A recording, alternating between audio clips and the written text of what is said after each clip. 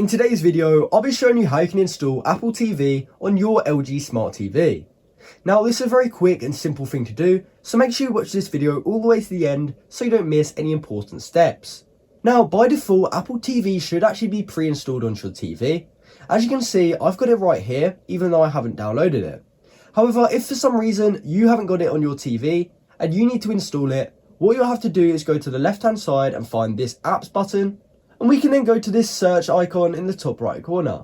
From there, we can just search and find Apple TV, and when we search that, we'll be able to find this option right here, which is Apple TV.